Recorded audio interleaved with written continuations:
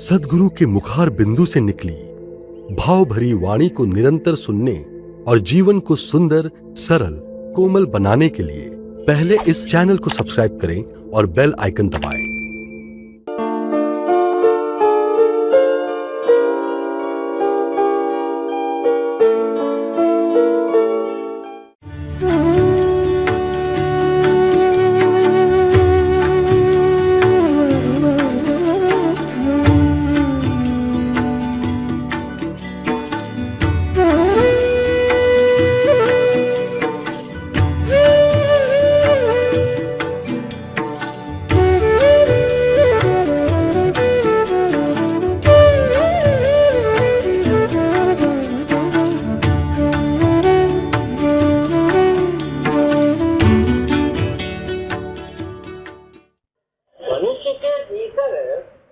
बचने की शक्ति क्योंकि वचन है, सुना है।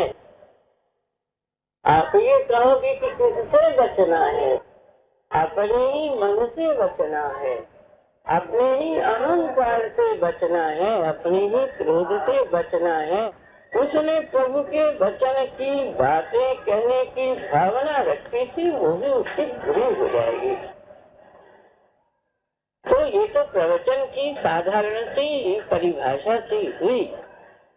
अर्थात दूसरे शब्दों में हम ये कह सकते हैं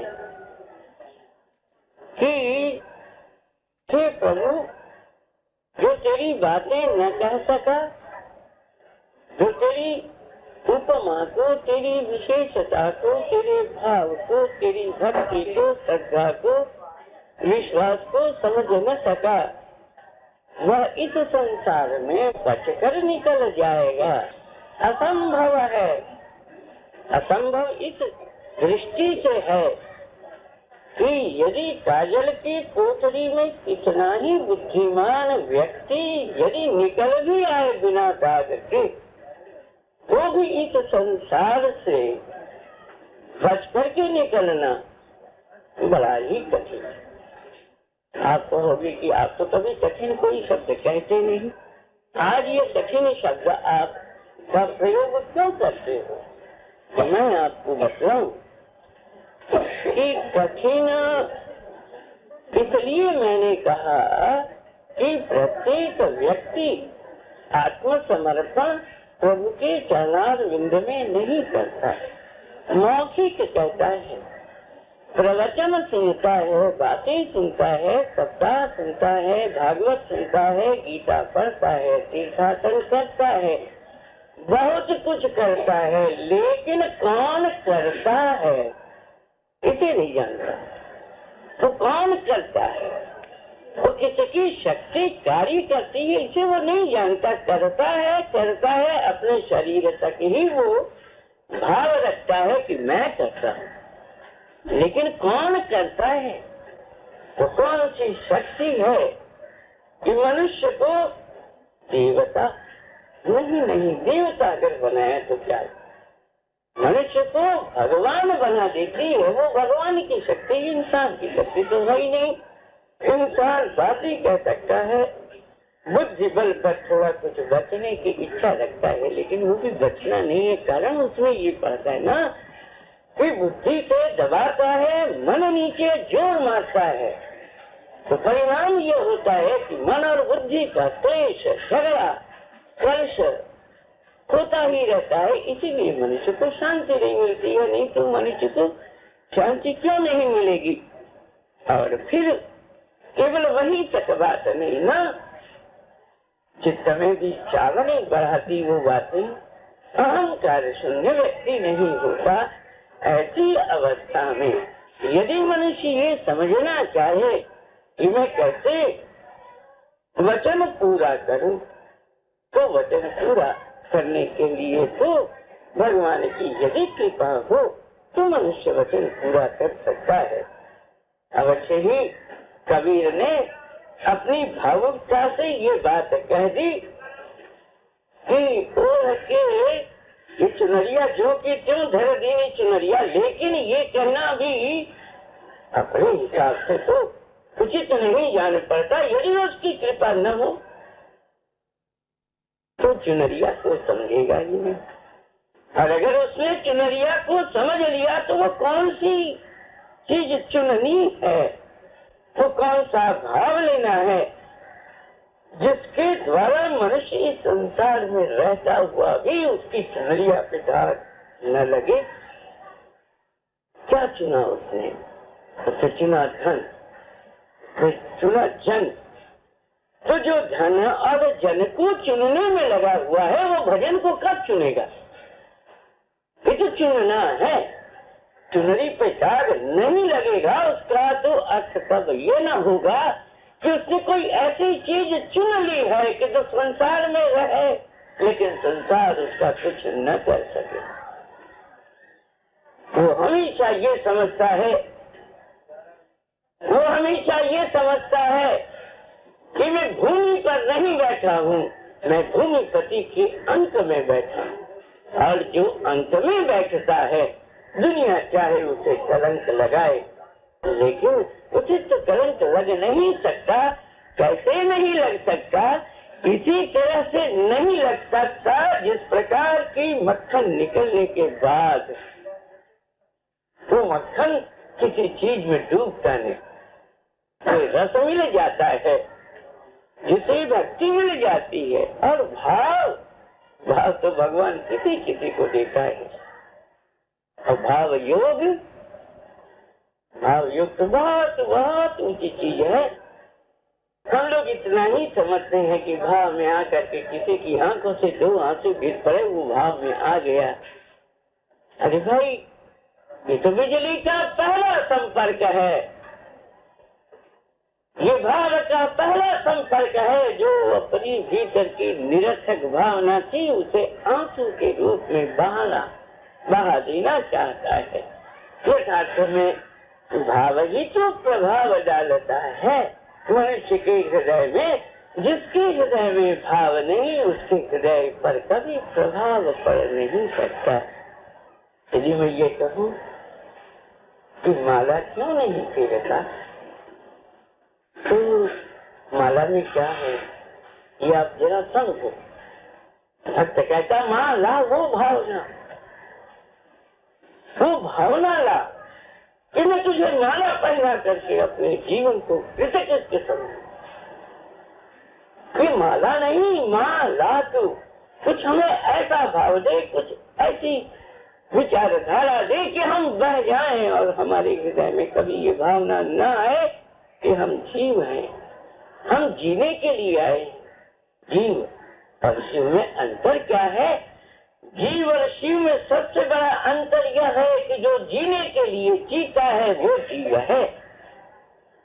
जो केवल इसलिए जीता है कि मैं खाऊं पहनूं मेरे बाल बच्चे हों और कुछ मेरा नाम ग्राम इत्यादि हो, ऐसा व्यक्ति जो जीवित है वो जीव है।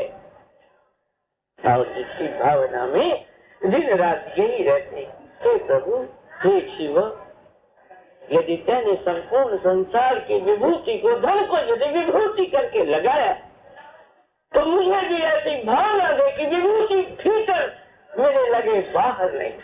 दुनिया को दिखलाने के लिए मैं विभूति वाला न बनूं, दुनिया मुझे देखकर ये न कहे कि ये साधु, दुनिया ये देखकर मुझे ये न कहे कि भक्त है। ऐसी विभूति तू हृदय में रमा दे कि दुनिया की विभूति, दुनिया का ऐश्वर्य, दुनिया की संपत्ति मुझे छू न सके।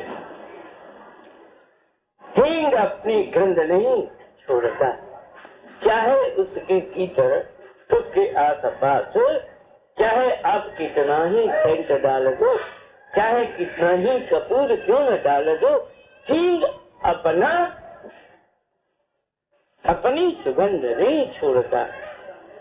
ठीक, अगर हींग अपनी सुगंध नहीं छोड़ता तो भक्त भी अपनी भक्ति नहीं छोड़ता, चाहे जो कुछ हो। भक्त वही है जो वक्त नहीं देखता, जो समय नहीं देखता, तो ये समझता है कि जो समय है समय की तरफ क्या देखता है, उसमें समा जाना है कि जिसमें संपूर्ण विश्व एक कोने में टूटा, कहाँ एक कण में समाया हुआ है, और हमें इतना बड़ा विश्व दिखलाई देता है, हमें तो उसमें समा जाना। ये 5 महासागर, इन 5 महासागरों को देखकर ही मनुष्य परेशान है। देश विदेश को देखकर मनुष्य परेशान है, लेकिन वो ये नहीं जानता कि वो सृष्टिकर्ता जो है उसके किस अंग में, किस कोने में, किस रोम में एक विश्व भी स्थान नहीं पाता। इतना महान, इतना विराट, इतना विशेष भाव रखने वाला हमारे लिए चीज बड़ी हो सकती है, लेकिन उसकी नजर में क्या बड़ी होगी। उसने तो कितनी बड़ी बड़ी चीजें बना बना के दुनिया के सम्मुख एक विराट भाव रख दिया। इस समय अर्जुन समझ नहीं सका भगवान के विराट भाव को शब्दों के भीतर, तो भगवान को लाचार होकर अपने ही शरीर में वो रूप दिखलाना पड़ा, वो भाव दिखलाना पड़ा कि देख अर्जुन, तू मुझे शरीर से न दे, तो मुझे ये न समझ कि मैं वही बांसुरी बजाने वाला, गोपियों के साथ नाचने वाला और केवल उस नाग को बस में करने वाला हूँ। मैं तो जगन्नाथ हूँ, संसार को बस में करने वाला। जो चीज मैंने कहीं नहीं देखी है अर्जुन, तो मेरे हृदय में दी। जो भाव तुझे कहीं नहीं मिला है अर्जुन, तो मेरे हृदय में दे। वो योग मिलेगा, वो भाव मिलेगा, वो भाव योग मिलेगा कि तू योग्य हो जाएगा। तुझे दुनिया की किसी बात की तरफ ध्यान नहीं देना होगा।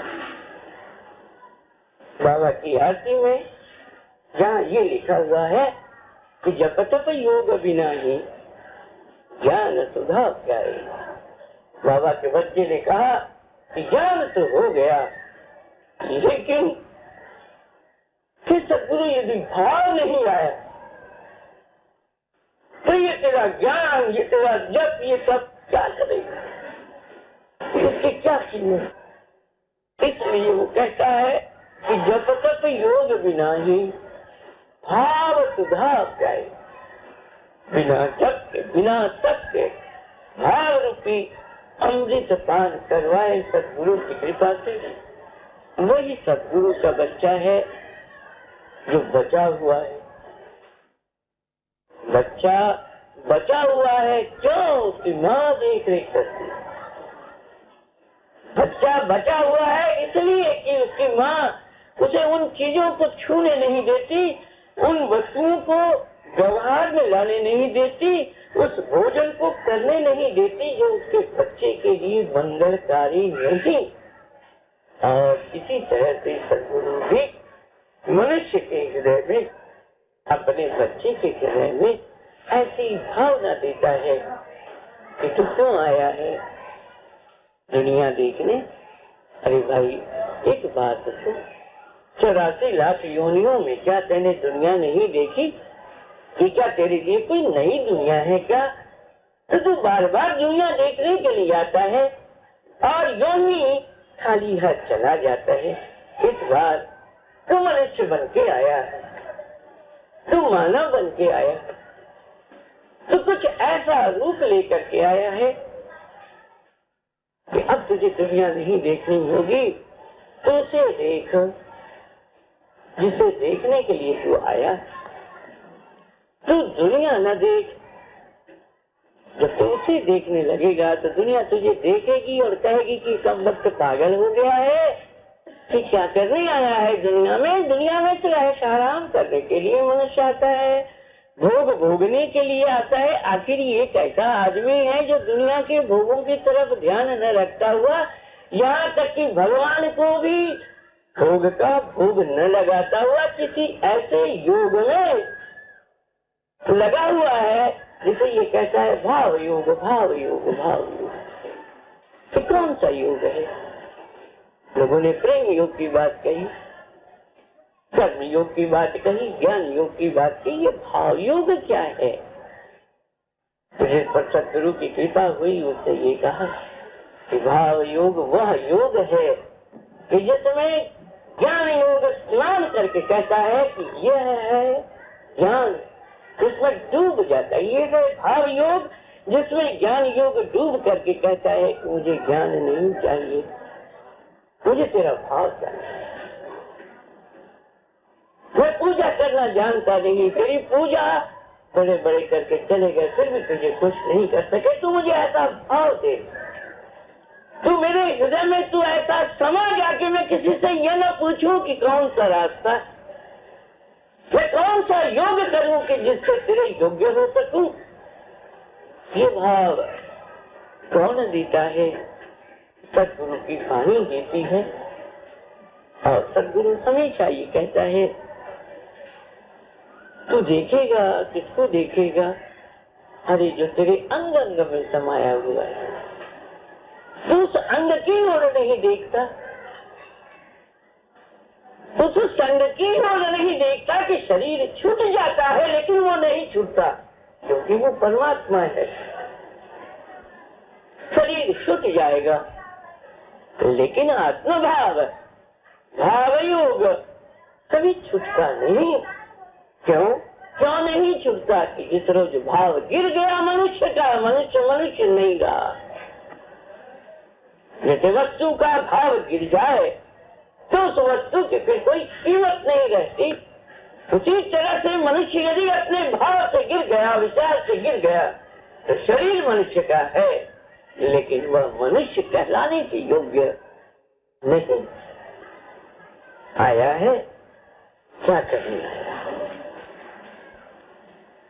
कहता है मैंने तो माला जपते हुए देखा है, तीर्थाटन करते हुए देखा है। तो कहता है गणेश की कथा जानता है?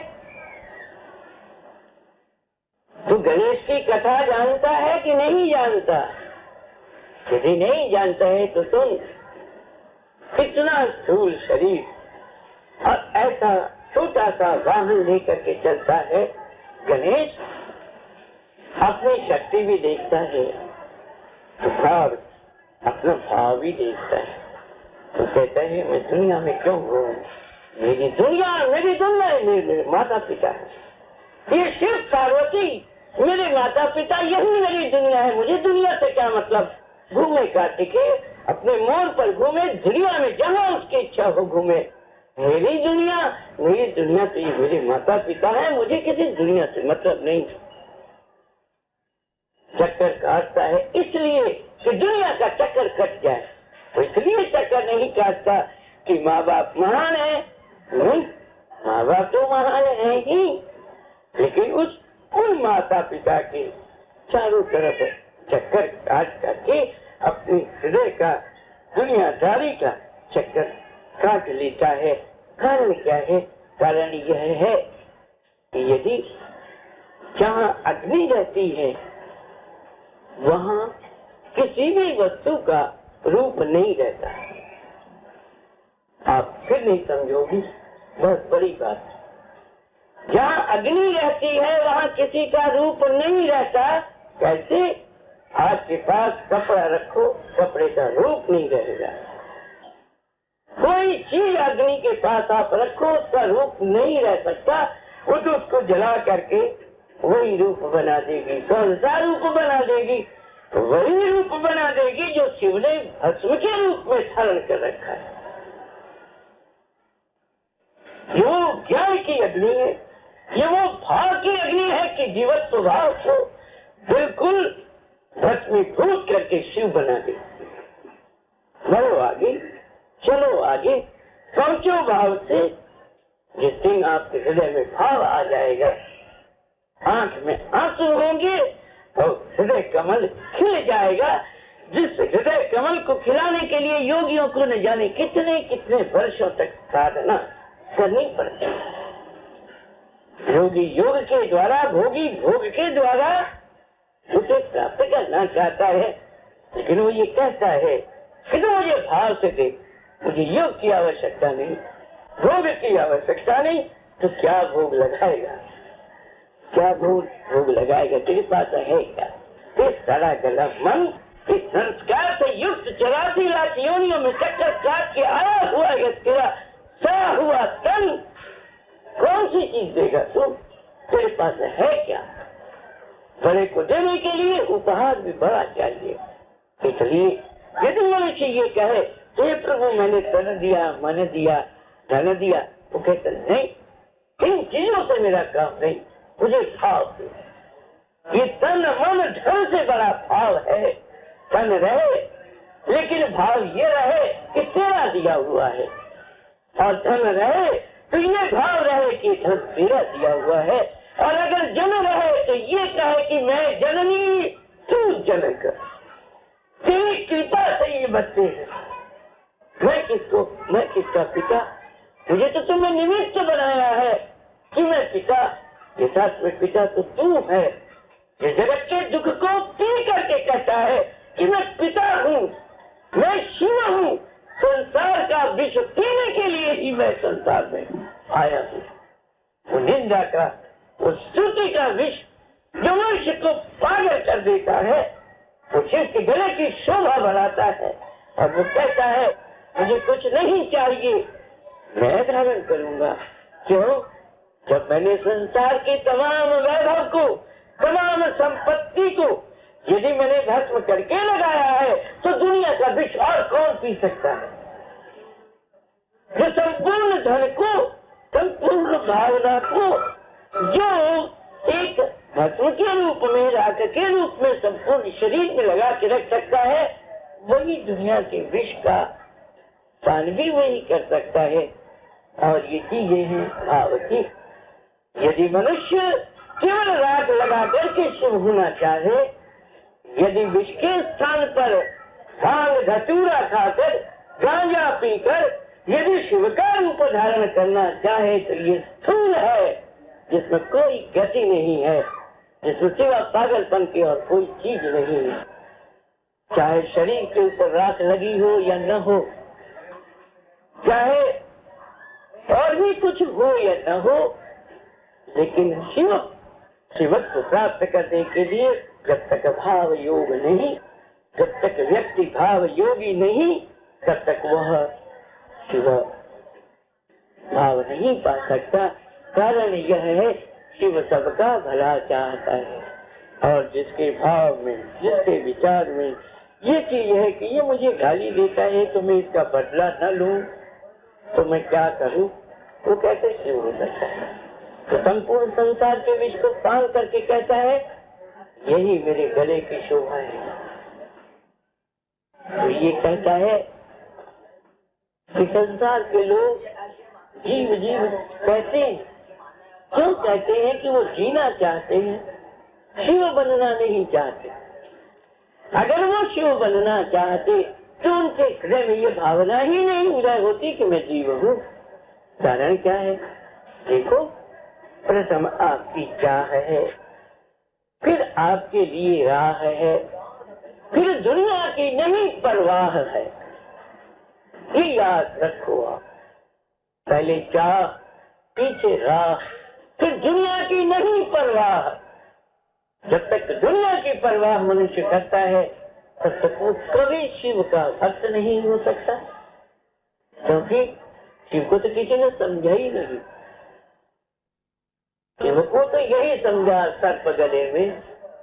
अरे भाई, सर्प गले में तो तमाशे की चीज नहीं, वो कोई बहरूपिया नहीं है, वो केवल दुनिया को कुछ दिखलाने के लिए नहीं आया है।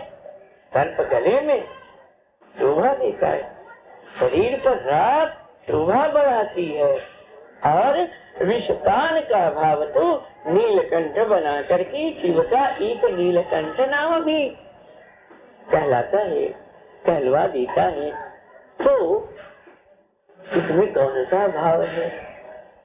देखो, जब तक भाव नहीं आएगा तभी तक मनुष्य अभाव के दलदल में फंसा रहता है और रहेगा।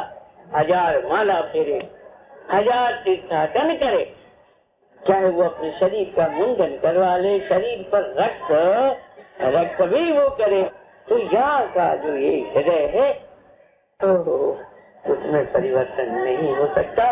उसके परिवर्तन के लिए भाव बदला, दुनिया बदली, भाव योगी हुआ, भाव में लीन हुआ, तो दुनिया क्या करेगी उसका? तो योग तो भाव योग बहुत बड़ा। और भाव भाव भाव जो दिन रात भाव की बातें कहता है, उसका स्वभाव भी भाव के रूप में ही हो जाता है। उसका स्वभाव बनाना नहीं होता, तो उसका तो स्वभाव ही है भाव भाव, मुझे तो भाव चाहिए। भगवान से पूछा, अरे भगवान तू किस चीज का भूखा है? तो कहता मैं भाव का भूखा हूँ। कैसे मालूम हुआ? ये लोग जो भजन गाते हैं वो कहते हैं हम तो विदुर जी भाव के भूखे हैं, हमें केला नहीं चाहिए, छिलका नहीं चाहिए, हमें तो भाव। प्रभु तू भाव का, तू भाव देने वाला भी भाव का। कहता यही तो विशेषता है, मैं देता हूँ भाव के लिए और लोग लेकर भी अभाव पैदा करते हैं। इतना ही क्यों दिया,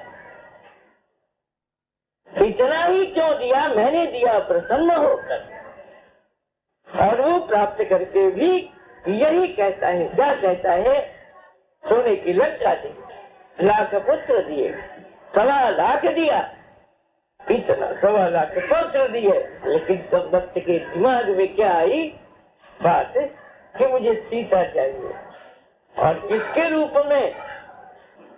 अपनी स्त्री के रूप में।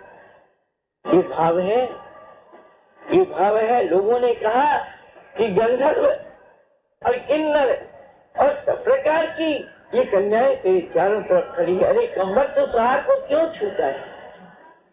उस सीता रूपी आग को क्यों छूता है? कमर तो जल जाएगा, सपरिवार जल जाएगा।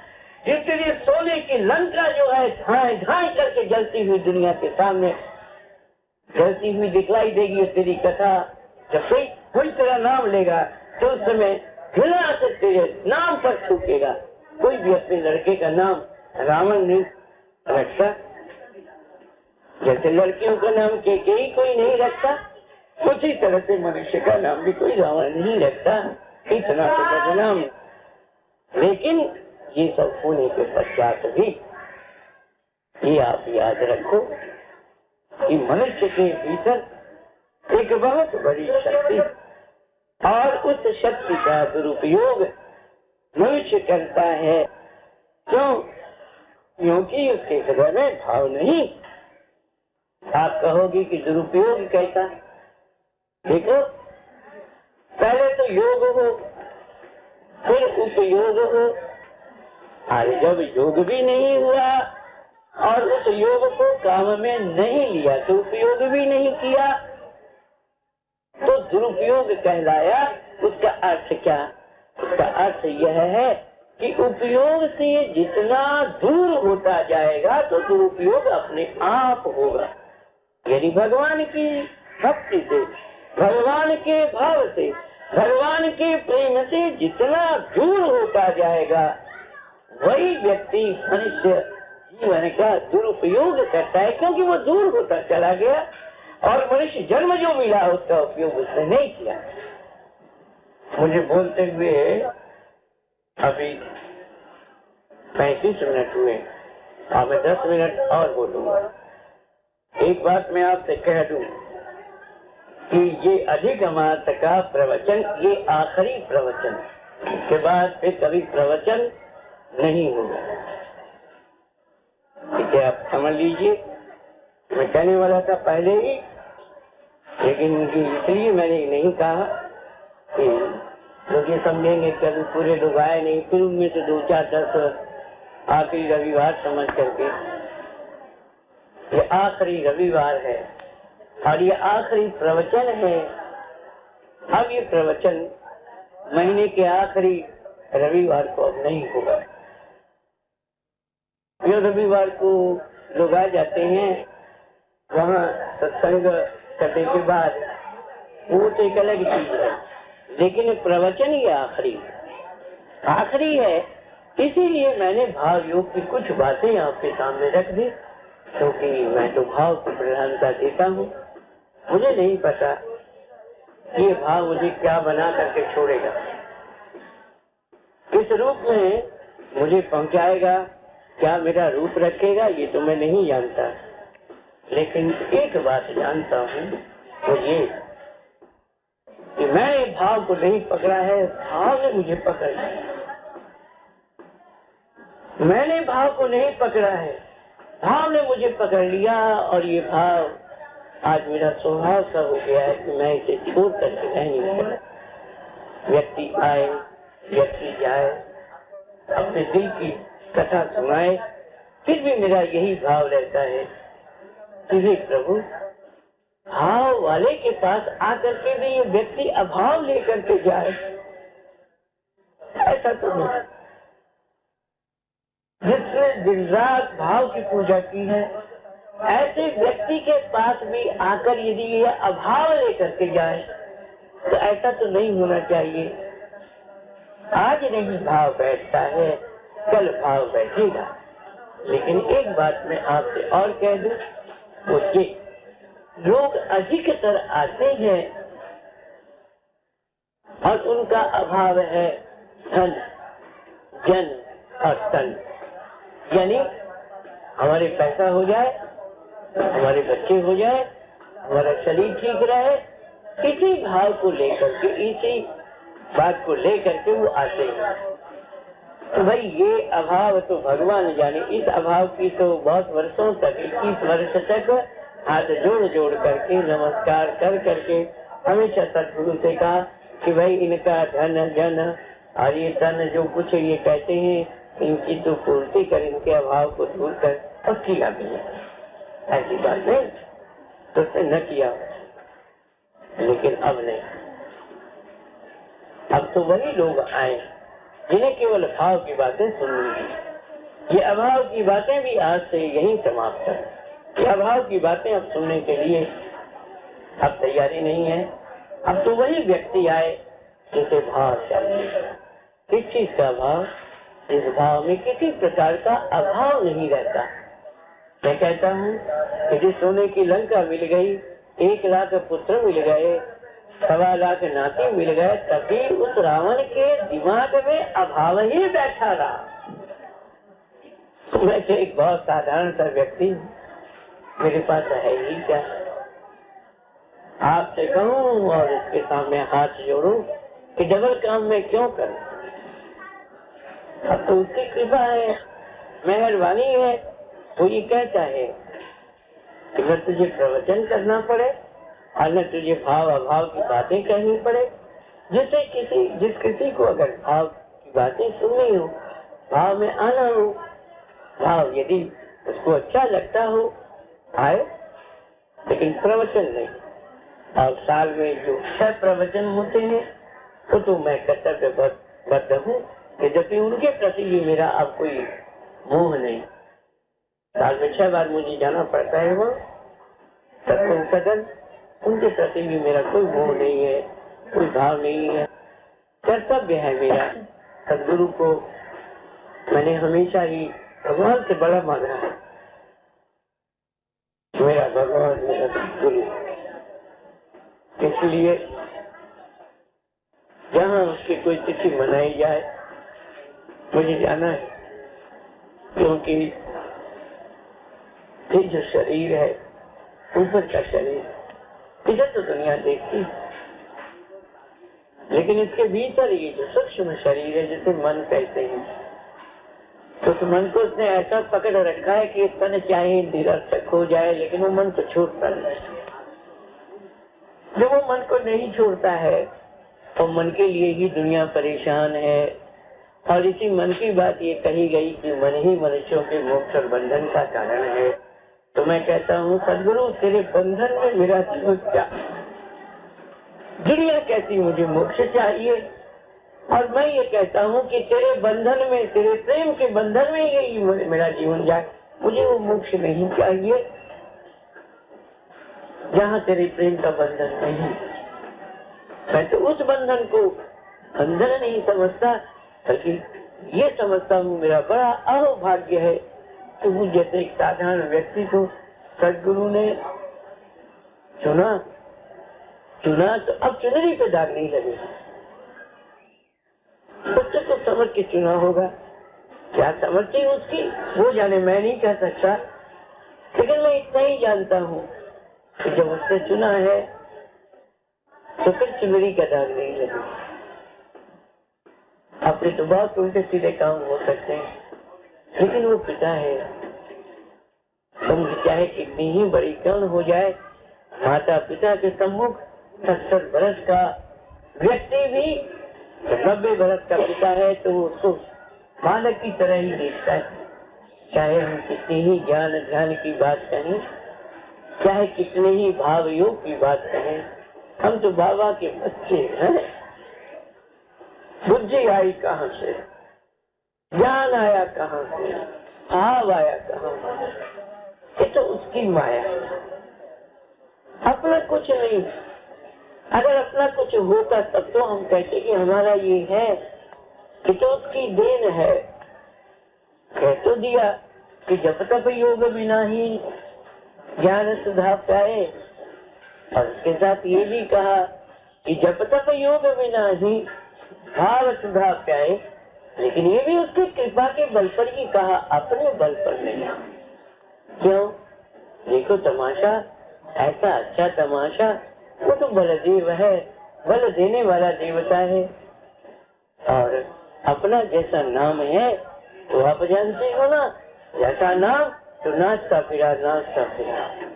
यदि गोकुल में नंद का लाल नाचता फिरा तो हम भी बेवकूफी में ही नाचते थे। हमें क्या पता कि क्या भाव होता है, क्या अभाव होता है, किसे ज्ञान कहते हैं। दुनिया की बातों में नाचते नाचते और अपने समझ से बेवकूफी की साधना करते करते जब मैं थक गया तो उस बलदेव ने दिल से पकड़ा और मैं कहने लगा कि तुमने क्या किया, कि तुम्हें क्या सूझी, क्यों ये दिल में भाव दे गया, या तेरे भाव के पीछे दिन रात आंसू बहाने पड़ते हैं। लेकिन बलदेव है तो बल दिया है वाणी का, भाव का, विचार का, और उसी की कृपा के पर ही सब चल रहा है। मैं अब कुछ नहीं बोलूंगा, 45 मिनट हो गए मुझे बोलते हुए, और मैं आपसे यही कहूंगा, यदि आपसे बन सके तो जो छोटा सा पौधा भाव का सदगुरु की कृपा से लग गया है, मैंने लगाया नहीं, मैंने नहीं लगाया है, ये जो लग गया है उसे क्या करना है? मीरा के शब्दों में असुवन जलसीच सींच प्रेम बेल हुई, उसी तरह से असुवन जलसीच सींच भाव बेल बोई। प्रेम बेल बोई वो तो मीरा कह गई, अपने को तो ये कहना है कि असुवन जलसीच सींच भाव बेल बोई। बड़े आंसू बहाए और क्या सूख जाएंगे कि प्रेम के आंसू है, दुख के आंसू नहीं। दुख के आंसू तो उससे पहले ही पहुंच करके कहा भाव में अभाव छोड़, क्योंकि पहली बारी थी कि दुनिया की ओर न देख, तू मेरी तरफ देख। मुझे भी दुनिया ने बहुत सी गालियां दी है, तुझे भी दुनिया गाली देगी, लेकिन तू मुझे भूल नहीं सकेगा। मैंने जब बार बार उससे कहा बाबा तूने किया क्या, तो कहने लगा ऐसी जगह तेरे खरोच दिया है, खरोच पैदा करती है, शरीर तेरा चला जाएगा तो मुझे भूल नहीं सकेगा। और आज वही कारण है, कितनी निरर्थक भावनाएं इधर उधर मंडराती रहती है, मैं उनसे नहीं करता। तो ये न समझ बैठे कि अगल बगल में कोई बोलता है, शोरगुल करता है, इसलिए मैं इस प्रवचन को आखिरी प्रवचन कहता हूँ ना, ये बात नहीं। मेरा देवता कहता है कि तू बहुत बोल चुका, किसने कीमत की तेरी बातों की?